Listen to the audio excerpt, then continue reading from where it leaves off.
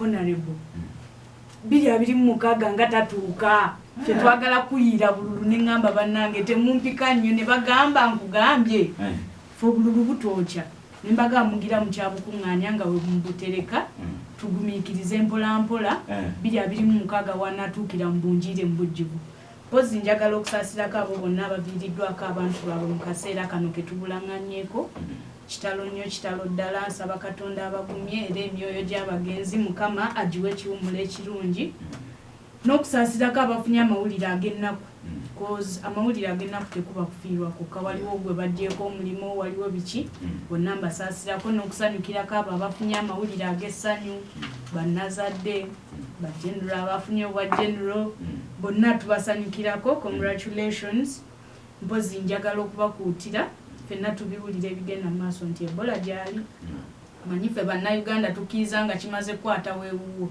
naye ng'ekyamazima Ebola gyali mbasaba tukyekuume ekyo kyo nange nzikiriza nti gyali waliyo obulwadde obulala bwewakanya nti tebuli obumu twabuwakanyanga naye kati buno ate nze olaba ndi abafa bo bulijjo okufa kwabeerangawo nga n'obulwadde obumu tebunnajja kale toyanziza mukulu Prosper kantandike naawe Uganda ewezezza emyaka 6 era enkyekola birthday naye kusoomozebwa kikwerina kogamba nti okonno eyinza obutaweza myaka 10 eyinza obutalaba ku birthday yayo eyankaaga mwemu bino bwe biba nga tebigonjoddwa oba bino ebisoomooza bwe biba nga bikyaliwo okusookera ddala independence ng'ekigambo independence n'amakulu gaakyo kitegeeza okwefuga oba self rule eggwanga okubikaminga sovereignty okubeera ng'eggwanga lyesalirawo ebyobukulembeze bwalyo ne bwe likulemberwa ne bwe lironda mu bufunze mefuga naye sitera nnyo okukwagala tandika debate nga siwadde bantu preamble independence eno evaawa era n'ebizibu ebimu bye tulimu mu nakakati bivaawa bwe tuddayo mu 1962 ng'eggwanga lino Lancaster lifuuka Uganda ey'awamu Uganda eyawaki eyawamu nga Queen ne Prime Minister then nga vestinga powers Dr. Apollo Milton Obote Obeto nga Prime Minister era yalina obuyinza obwenkomeredde the presidency oba obukulembeze bwa president bwali ceremoniyo mu mawanga ga Africa gonna okutwaliza awamu bw'ogenda n'olaba Nkwame Nkrumah Ghana yetusooka okufuna Amefuga 1957 awulira mukwano ebizibu ebimu ku byengenda okwogerako party biviira ddala independence ejetya critical ejja n'abantu oba abagikulemberamu abagiwomamu omutwe nga nabo babadde fed taught n'okusomesebwa by the British. Owulira mukwano nti abafuzi abaali bali mu campaign y'okufuna obwetwazi ate yali product y'abazungu. Owulira sebo bali systematic bali strategic bali bakalaba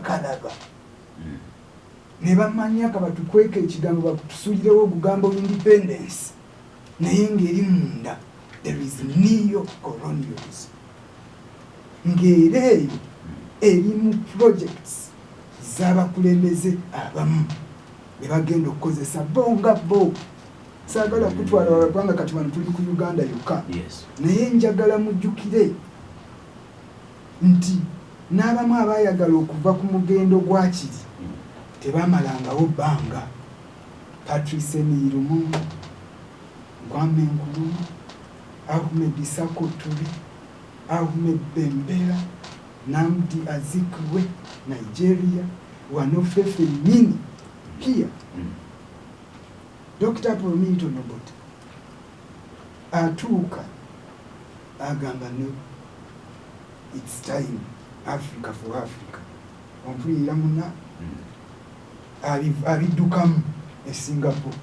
Yadde yayita n'abaana biddukamu Singapore. Naye y'obwongo bwe bumala bumulabula nti bano bali mu kutukozesa buki? Bukozesa. Therefore tuve ku mugendo. Ompulira munange. Olwo n'ayagala asale akwatagane ne Soviet Union, the Russian Federation. Ng'amaze okizula that nothing good comes from the West. Awulira munange. Kakati ebizibu bye twetobekeddemu ebisingira ddala biva na ku acquisition of the independence alone. Awulira munange. Naye saagala abavubuka bange agamba ate omukulu alabika agenda tutwala wala fene gye twandikoze ki, naye era abavubuka mwena abali mu kuwuliriza, you can never shape the future minus reflecting from the past. Tosobola kushapinga biseera bya maaso bya nkya. Nega mbuuzi, oli pastor? Ng'ebyemabega. You speak like a pastor. No, nakugambye nakulembera essomero ku myaka 7. Nze nakulemberera ku 6. Wenge ekimanyi. So, n'okudibetinga okwo. Lwengo tokimanyi. N'okudibetinga okwo. Okuyinza okubanga bahati gwe tokimanyi. Bazadde wenge ekimanyi. So, wenge ekimanyi. N'essejjoba gwagamba. Naye akimanyi. Namukampeyingira 2010. So generally nti enfuna ya independence yes, yezaala ebizibu bino ebisinga obungi bye tulina. Ebisinga obungi. Naye in a nutshell mu katono nnyo bwe tumala okugifuna saagala kwekwasa nnyo bazungu. Manyi tubeerawo ne tubeekwasa nnyo. Naye tulaba okusookera ddala abantu olina bamanyisa Uganda yaani. Uganda eyo ne kala zaayo yellow, black ne red nga national flag nga bayita mu Grace Binjira Kakoma Apollo Milton Obote ne for God and my country kyemuwulira single handed kike kyani Apollo Milton Obote ekigambo ky'Obote ye moto eyagikola ki yeyagitondawo that's how nationalistic he was. Awulira mukwano ne tutondebwa nga tulina kala ezo ng'emu egamba omusaayi omumyufu ffenna tuli muntu atya omu, kale eya yero nsi yakasana ensi ey'ebibala, kale eya black eyo it symbolizes the black people, nsi y'abaddugavu. in other words n'abagitondawo batunuulira unity obumu of kingdoms ez'enjawulo. Bwate tulina kijja ku Buganda. Buganda ya leero independence yayo ya lwaleero. Mulimu kingdoms ezaali ez'omuzinzi mu kuzimba ki, mu kuzimba eggwanga eryawaki eryawamu nga tulina zigatta gye tujja n'eyo flag eyo gye mulaba abantu balowooza nti bamala ga designinga. Twali twagala kuggyawo enjawukana. Awulira mukwano w'ekitiibwa Hajj ezaaliwo mu ebiri ebiseera. Naye tetukyatambulira okusinziira ku kiriwo, tetukyayina kye tutambulirako nga kireflectinga fulaga y'eggwanga bw'egamba tuli baddugavu. Ekyo kimu omusana gukyayaka ne leero gwakedde kwaka enkuba neetonya n'obutonya kawungezi bujjako bumaze okuddamu okwaka. Ekyo kyakubiri. Ekyokusatu kyabadde omusaayi gukyali gwegumu. Olwaleero nga bwe tuli abaddugavu. Somebody would reason like that. You are right. I get you. Nga twafuna n'obwetoowaze tu-exportinga. Obwetwaze. Awulira. Sibwe kiri? Tu-exportinga cheap labor. Over 2,000 young girls and boys every day okugenda ebuwarabu nkitamu cheap what? Cheap labor. Otegeeza ki bw'ogamba cheap labor?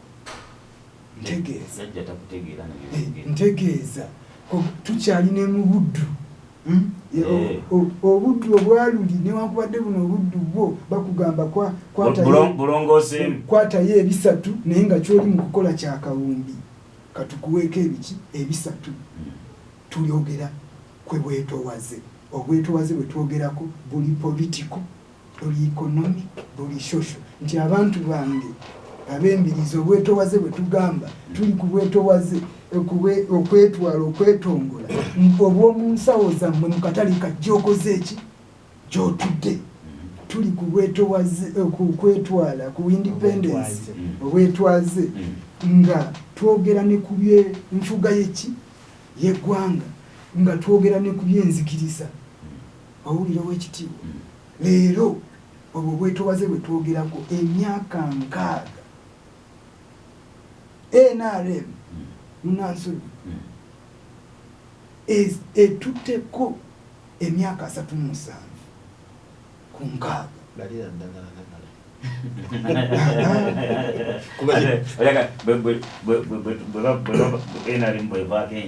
ayagala kusomooza kya myaka 5 olwakyo kijja konja era bimu ku bizibu ebyo oli musezi owekitiibwa Hajj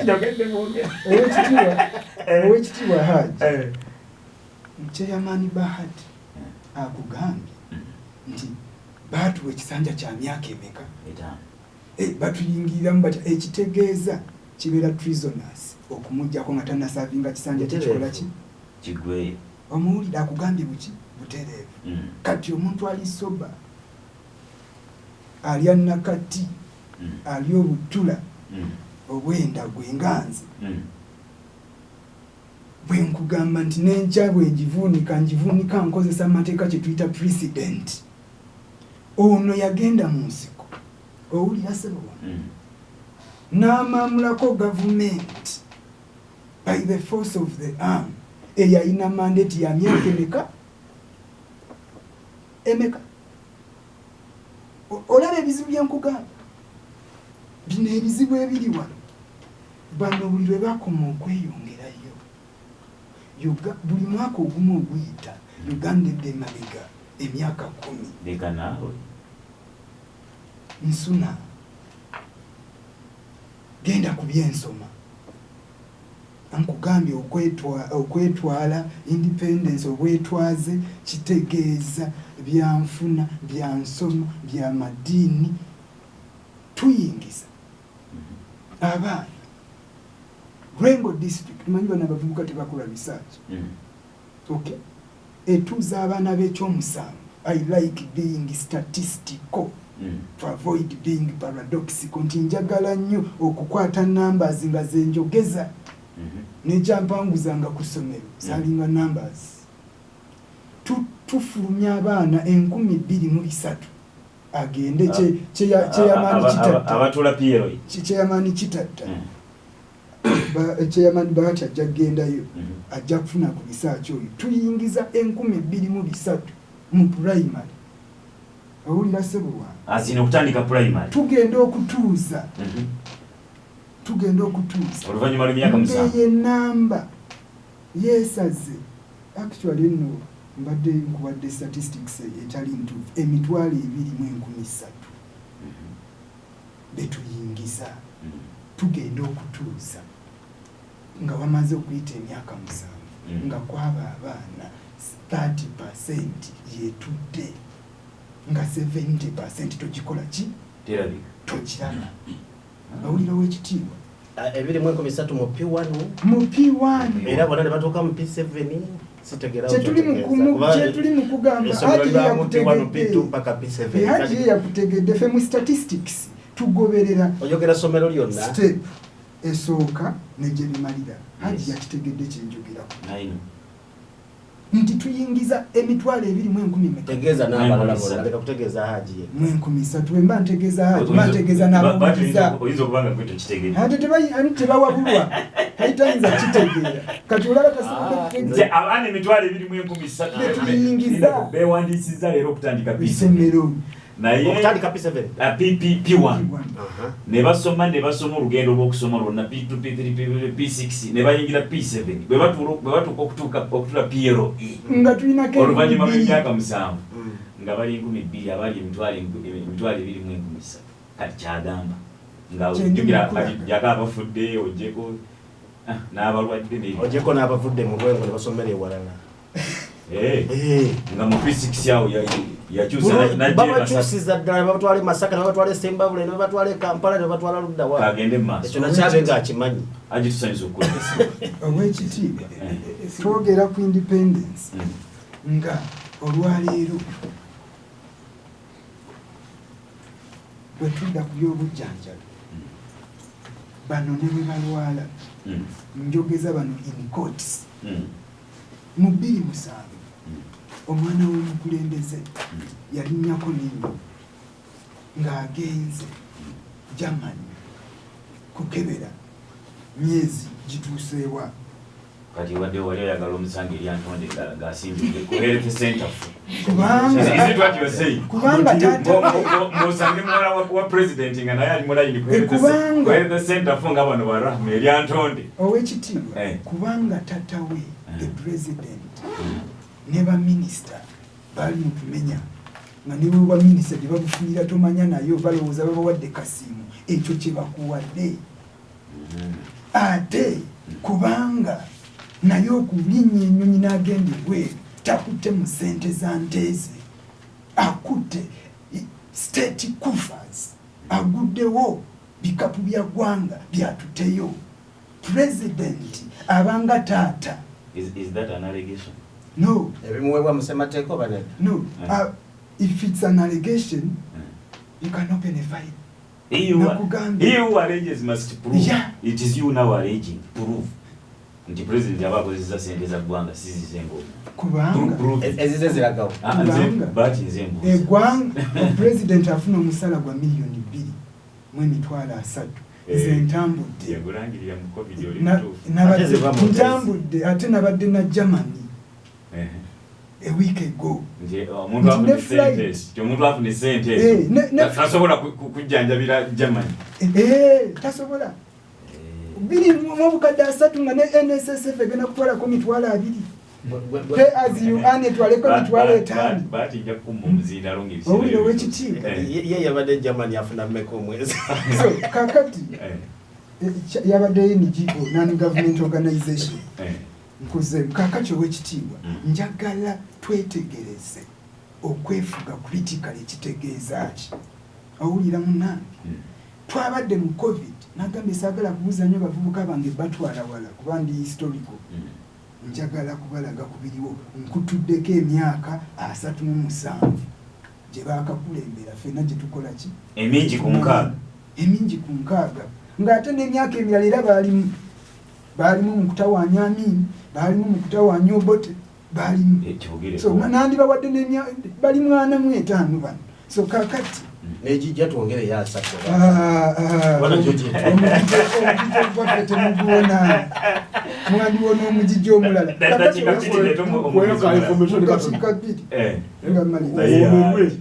awomerwe ate katono nnyo awomerwe kakwese kamuwe information kenjagadde okuwa tibino ebyobujjanjabi tibikulyanga mutwe ne President Clinton Owameri akulira eggwanga erisinga amaanyi n'obugagga mu nsi yonna operation bagimukolera mu Germany. So nga ate ne mu America gyebiri omuntu alina right ogenda ewali specialist ye gwakiririzaamu. Ekyo n'olwekyo kino eky'omwana wa president okumujanjabira mu Germany kireme nakyo okubeera mu bintu ebikulumya omutwe. Omanyi kye nabagaddeko bagwa nnyo mu byange tebamala kumpuliriza entambula.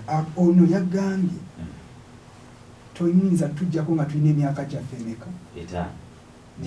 neyeerabira nti bwe yajja yalina bwe yajjako nga oli eyitamu teginakola ki yali teginaggwa kati kansooke mbawabule mulina critical thinker akugambye bamujjanjabire Germany naye nga ne US gyebiri sebo nga naye ne US bikola ki bamujjanjabire Germany naye nga Uganda tebiri specialist gwakkiririzaamu specialist gwakkiririzaamu yali mu Germany.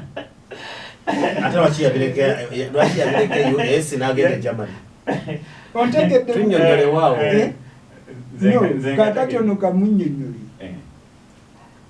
omanyi era ndisikola wa byabufuzi tulina kye tuyita globalism tulina kye tuyita bilateral relations so Clinton okugenda e Germany bamulongoozi ayinza n'okugenda mu arrangement emu nti ate yagenda muki mugambe yagenda mu G7 yagenda muki Hajj Clinton yagenda muki mu G7 ntegeeza bakirimanyi omusanvu okay yali agenze waabwe yali agenze ka ntegedde oba bakirimanyi omusanvu nga ne ku UN Security Council bebakulemberawo nga ne World Health Organization baati ajja kugamba noono yali agenze mu ggwanga eddala gye balina bilateral relations kirabwa nayonka baati akimanyi baati yerabidde ne wano weebiri wano bakabira olubuto ne bakuulira omwana alimu mulenzi oba muwala oba mulimu babiri oba azaalibwa ne wano weebiri n'okulongoosa ne wano weebiri anti yatyawo ki bajajaba n'ebikola naawona omwezi oguwedde kasooka kamudeterwa naawona omwezi oguwedde eddwaliro lyange nange we banzaalira omwezi ripooti ya myezi ng'esatu emabega eryakyazanga health center for tebalina nawe batereka bafudde mokyali mu myaka 6 chairman wange era mukulu wange Kitatta yavaayo n'akuba endu n'agamba amazzi bw'ogenda Endagwe bw'ogenda e Makondo batwanywera ente mwe zikola ki mwezinyo mu myaka 6 covid bwe yatulumbye n'ebibamba ebirala president yabadde akola kimu India mwebale kutuwaayo obudagala bwe yabadde teri AstraZeneca yabadde Moderna bwe yabadde si Moderna yabadde Pfizer Covidex wakoze bwe yabadde wulira ow'ekitiibwa bwe yabadde si Pfizer yabadde Johnson & Johnson ne Covidex gwagamba Professor Jolyabalamu yabadde ayogera nti bansuubiza nabyampawo ne ssente ze baŋŋamba ŋŋende nkole eggulire eyo nalirabye nange owulira omanyi fe ekimu ku kitugambisa nti tujja waka kutereezaka be bantu nga bano abatambulira mu bulimba owulira ow'ekitiibwa be bantu nga bano ng'akimanyi bulungi nti ne leero basaliza pulezidenti 300 ezina okujjanga ku buli disitulikiti soma Parliament of Uganda katono oluusi nina n'okusomesa ku bintu ebimu tewali Hajj mwana wo gwomanyi ku kyalo nawe Hajj tomanyi mitendera gye bayitamu kufuna scholarship ekyo nalabye ne deputy speaker ng'akigamba direct president namugamba abafuna scholars eza government baana babagagga awulira ow'ekitiibwa mu independence nga mukwano gwange Rahuma gwajja independence y'abana Uganda eriwa economically ng'olwaleero ekirime ekyali ekyaffe ekyemmwanyi manyi yatandise ng'ajerega nti mulimu abali mu kukiikirira abaagala okukiikirira ebifo bye batamanyi ndi muzaale wa Rengo district nsomedde Kyakwerebera primary school UPE awulira naye nga UPA eyo kituufu era ntera n'okugamba abantu am a product of UPE newankubadde erina ebigisoomoozebwa it's a step forward naye nga ne benatuula nabo mukulu wange kakati bonna bo banoonya natuula n'abaana 8 benamanyako abatuula esifo kwaliko 10 abatudde 6 kwabaddeko 7 ku university simanyi naye bemanyiko 2 owulira mukwano oli ku radio budde eyo omuntu wa bulijjo kakati as I sum up in 1 minute omanyi Hajj olina kyotalaba wano nti nze nzekka ow'oludda lw'abanyigirizibwa so ndi mu kudibetinga abantu basatu ekituufu naye ndi mu kudibetinga ndi mu kudibetinga abantu so kakati munnange oluusi ojja kunsuubirayo obudakiika oba okukola remarks naye ak'ebyenfuna katono ak'ebyenfuna katono nnyo tunuulira ebyenfuna olwaleero bajjajja baffe beesunganga okuwulira budget nga bagenda kumanya emwanyi egenda kubeera etya wano kyabakuza twalina reserves 3 food reserve emu ez'emwanyi nga tulina 2 eziprocessinga kyabakuza nga kibinga ekofi otudde ne ku muntu ow'ebyafaayo nga kibinga ekofi nga ne kofi gwe tujja wano okutunda wano twalina cash crops nga baziyita 3 kati ndi mu kusomesa ediboy asomesa bannalwengo nga tulina cotton tulina coffee njukizaamu endala no era badde mukuba bomu babadde tayinza nedda kubeera abadde tayinza kujja jijjukira kubanga bo omanye ebyabwe babategere omanye mandwa kasita atula ekyankwanzi n'agamba mugende eringa ne mukulu ng'agenda n'ekyo ebyenfuna bya leero ebya Uganda biyimiriddewa sebo wange nti biri ku musingi ki nga from Yantonde Sister Ravu Majabu tewali muntu wali Antonde owa bulijjo atereka mutwalo leka naawe okutereka kyentegeeza ntegeeza ng'omaze okulya osasudde fees ekyo kye tuyita surplus income tewali agirina tulina kye bayita deficit tulina ne kye bayita supplementary ebiseera bya amaliya byabwerere oli ku radio budde y'omuntu wa bulijjo ate mwe bajjaji mwe mugabo obubwe kati naye kamumalirize naye age mutwononedde ebiseera oli ku radio budde y'omuntu wa bulijjo bwe mpulira mwami Martin byayogedde mwami Martin you seem to suggest nti ebizibu byonna bye tulina in simple terms eby'ebyobufuzi tebisobola nakuggwawo okujjako nga tuzzeeyo gye twatandikira kuba gye twatandikira we wali ekizibu nze kyentegedde neyanzizanyo neyanzeege njagala okwebaza omuteesa avuddeko mpozi nze sigenda nnyo mu history naye kale katwejjukanyemuko akatonotono nti mpozi n'ekirala kye njagala okusooka okukkaatiriza nga tetunabaako nakye tuteesa leero tuteesa ku ggwanga lyaffe tekirimu bya bufuzi wabula tugenda buli omu kuwenda owoozaze okusinziira ku ekyo kyalaba ku ggwanga lye we mubanga mugamba si disclaimer sina kye neekengedde wabula we tubanga tugamba nti for God and my country for God and my country not for God and my party njagala tubeere balambulukufu nga tetulina kibiina kyonna kye twesigamyeko ekibi tukiyite ekibi ekirungi tukiyite ki ekirungi njagala okusooka okusiima nga nzizeeko ku history wa Uganda politically nti mu 1966 oba mwawulirako ku kabaka crisis eyabaawo ne balumba kabaka mu lubiri era n'agenda mu buwaŋŋanguse omukulembeze yaliko mu kaseera ke yalinga prime minister Dr. Apollo Milton Obote n'ateekawo kye bayita interim constitution constitution ey'akaseera obuseera nga si constitution ebaddewo kuba constitution already yaliwo n'agijjawo n'ateekawo ey'akaseera obuseera era ne yeerangirira nga president waki wa Uganda abasinga we muba mwawulirako ekintu ekiyitibwa pigeon hole we yateeka ebiwandiiko mu gundi eno mu budrowa bw'ababaka ne beetooloola ab'amagye ne bakaka ababaka okukola ki okusayininga ekyo tukijjukirako okwo tuva mu bukulembeze bwa Obote ng'Olamini awambye 1971 wembaseera bidde sajja mwogereko bulungi manyi nga tino muli batoti mu Hajj amanye byayitibwa General Jamini Dada Konga CDO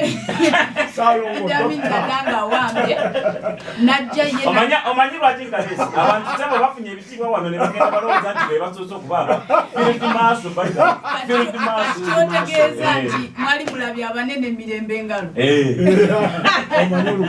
naye nga tujjukiddeko kale ku field marshal Idi Amin